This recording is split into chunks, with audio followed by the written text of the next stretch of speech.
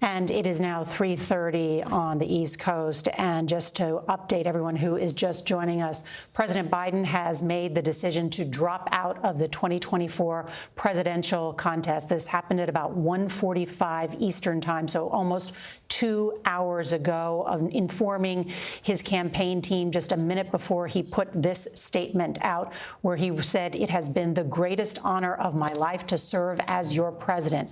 And while it has been my intention to seek re-election, I believe it is in the best interest of my party and the country for me to stand down and to focus solely on fulfilling my duties as president for the remainder of my term." President Biden has also endorsed his vice president, Kamala Harris, to be the Democratic nominee.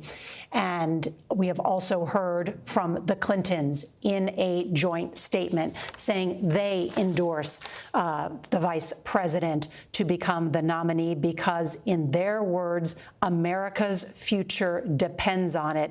They say they have been through many ups and downs, but the Clintons saying nothing has made us more worried for our country than the threat posed by a second Trump term.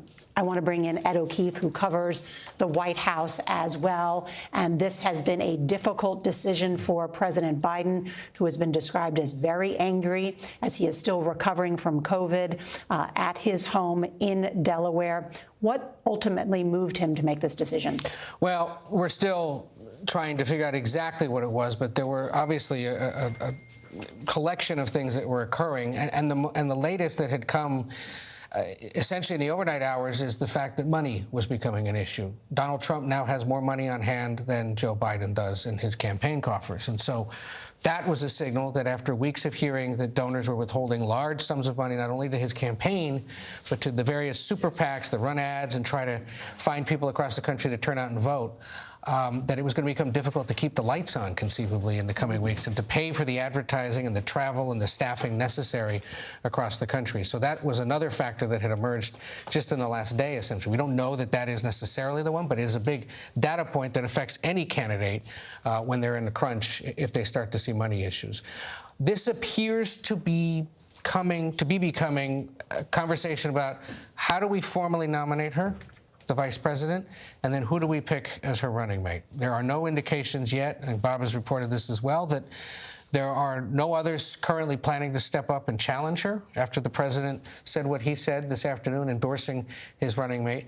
But there will be a conversation about who is most palatable, who makes the most sense to be on the ticket with her. We've heard about a handful of governors, some senators as well across the country from key swing states that could conceivably help. We've seen some statements from some of those that had raised concerns about the president in recent days. Let's look at this list, for example, here. You have the Kentucky governor, Andy Beshear, the Illinois governor, J.B. Pritzker, the Michigan governor, Gretchen Whitmer, the North Carolina governor, Roy Cooper. Those four right there are seen as potential good ones because they have executive experience. They've run modestly sized states, or in the case of Andy Beshear, won re-election as a Democrat in a red state, and are seen as the kind of person who can be sent out to campaign with the Senate and House candidates who for the last 3 weeks have been saying they can't campaign alongside the president.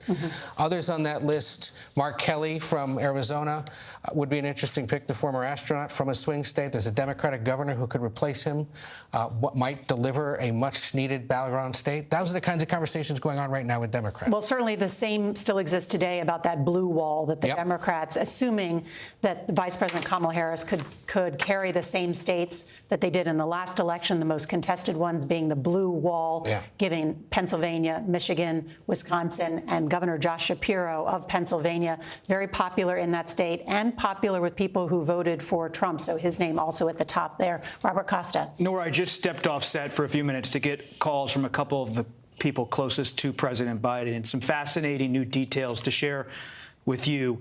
This was in the minds of, in the words of his closest advisors, a, quote, presidential decision. That's how he frames a lot of things in his presidency. And he did it very much alone. Yes, he conferred with some of his family members and advisors, but he has been in isolation in his home in Rehoboth Beach, Delaware. He has been exhausted in recent days. He has been monitoring the polls, including one from the Detroit Free Press.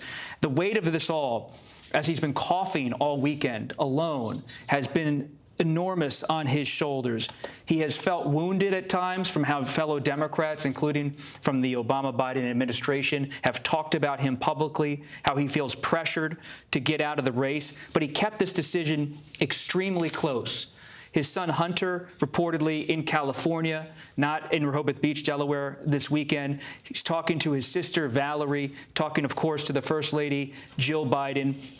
And they have all said to him in recent days, you do what's best for you. This is your decision to make. And he has been alone because of COVID, not because he wants to be alone. He's actually been in a pretty salty mood, I've been told, because of COVID, and he doesn't have the ability to use his phone as much or have the kind of meetings he wants to have. But there have been some key people who have really helped him with this decision to think it through. Mike Donnellan, who goes back decades with him, one of his longtime trusted advisors. They always say Donnellan is like a parish priest. He never speaks. He has this kind of kind demeanor. He almost never speaks in meetings. He only speaks to Biden. He has that kind of relationship, doesn't speak to other advisors because it could trickle out. President Biden, I'm told by his closest advisors, has been angry about the leaks, about anger towards him, about his electability.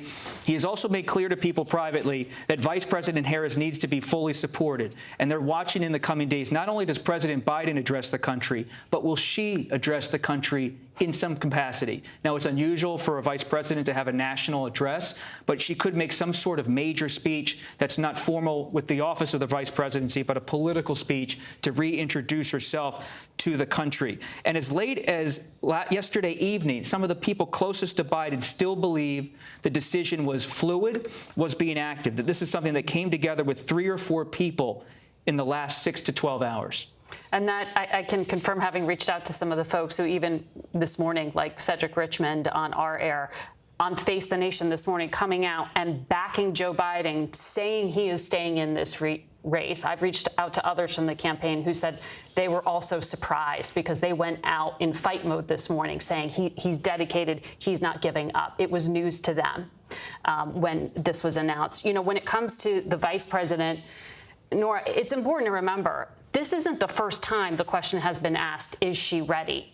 This was an 81-year-old president.